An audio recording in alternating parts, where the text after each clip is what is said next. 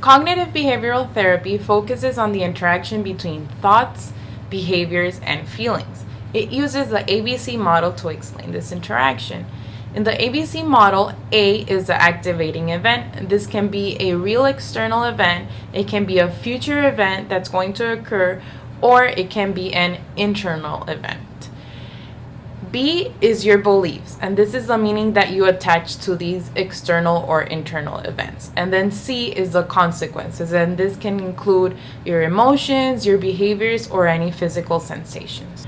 Thoughts affect feelings, feelings also affect thoughts. So, if for example, you're having depressed thoughts, your mood is most likely to be low. The lower your mood, the more likely you are to act in a depressed manner and to think pessimistically.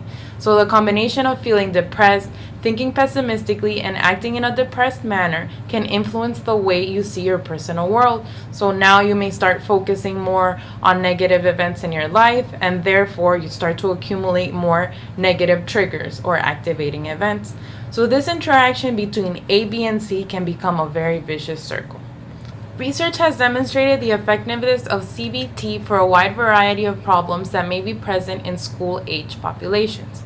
For example, anxiety in children over 6 and in children with autism spectrum disorder, depression, trauma, mood, eating, and externalizing disorders. It's not only effective for students who are already diagnosed with a difficulty, but it is also effective for treating at-risk students. It's also been proven effective with low SES students and when used in group interventions. CBT focuses on altering patterns of thought that are maladaptive and the beliefs that underlie such thinking. Wilson and Branch identified 12 cognitive distortions or thinking errors. The first one is catastrophizing, and this is misinterpreting a minor negative event as something disastrous. All or nothing thinking. This is extreme thinking. Fortune telling, making negative predictions. Mind reading, assuming that others are thinking negative things or have negative motives and intentions. Emotional reasoning, this is relying too heavily on your feelings and thinking that they are facts. Overgeneralizing, drawing negative global conclusions from one event. Labeling, this is labeling yourself or others. Making demands, using words like must, should, need, or have to. Mental filtering, this is when you only acknowledge information that fits the negative belief that you hold. Disqualifying the positive, this is transforming a positive event into a neutral or negative event. Low frustration tolerance, this is magnifying discomfort and not tolerating temporary discomfort. And finally, the last one is personalizing. This is when you interpret an event as being related to you personally. It's very important to help students recognize any kind of cognitive distortion that they have and help them realize how this is affecting their behavior. For the first part of my session, we are helping the client identify the ABC of her behavior, and we also begin our behavior experiment in which she will be testing her thoughts and evaluating their validity. We already talked about why you're here today and how you've been feeling. So now we're going to fill out this worksheet, and this will help you to understand the relationship between your thoughts, your feelings, and how that's affecting how you're behaving.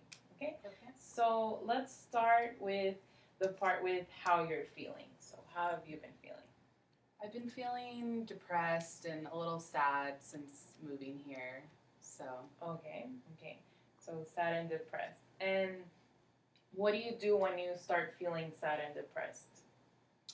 usually I don't feel like going to school and I don't really want to talk to anyone. I just want to be by myself and not interact very much. Okay.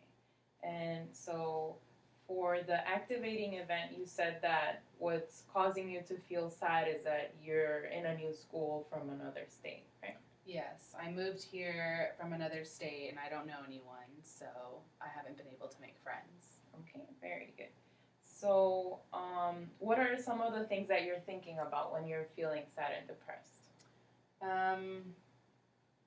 Mostly just that no one's gonna be talking to me or I'm not gonna have friends and they're gonna think I'm weird if I try and get in their group of friends, and so that's usually what I'm thinking. Okay. Okay, so I already explained to you what thinking errors are, right? So what do you think are some of the thinking errors that you're making? I think I definitely see fortune telling and mind reading. Okay, very good. Okay. So from what I understand, so you're feeling sad and you're feeling depressed, right? Mm-hmm. And that's because you're from another state, you're coming to a new school and you don't know that many people here. And when you start feeling sad, you don't want to come to school, so you've been missing a lot of school, right? Yes. Okay. And then you identified your thinking errors as mind reading and fortune telling. Okay, very good.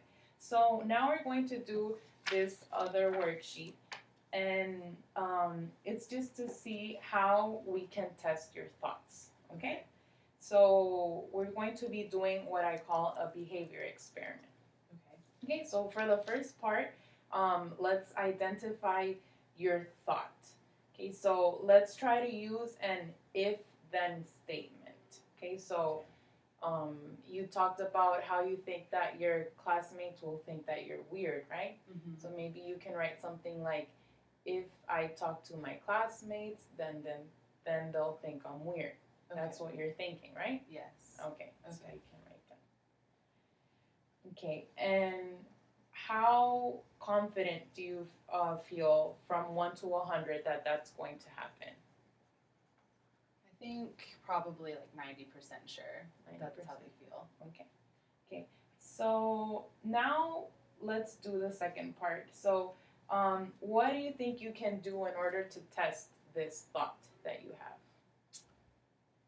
I could try talking to people in my class, my classmates. Okay.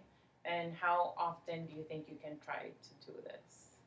I think I can try and talk to someone maybe once a day. Once a day? Okay. In my different classes. That sounds good. What else do you think you can do in order for you to meet new people? Join an after school activity or club. Okay.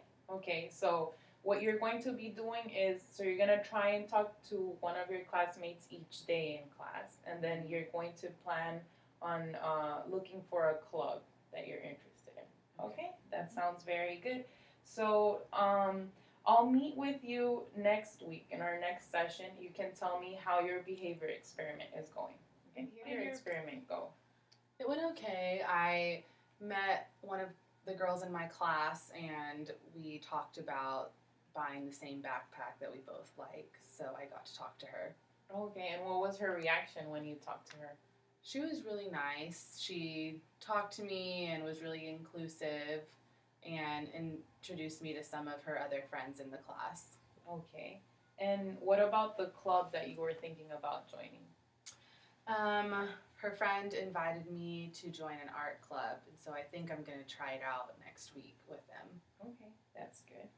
And so what did you learn from this behavior experiment? What did you learn about like the prediction that you had from the beginning? I learned that I could try to do different things to make friends and that they won't think I'm weird if I try to befriend them. Okay, very good. And if you were to re-rate your prediction from the beginning, what score would you give it? Probably around 40% because I only met a couple of people and I'm still kind of nervous to talk to other people because I still think they would think I was weird. Okay, very good.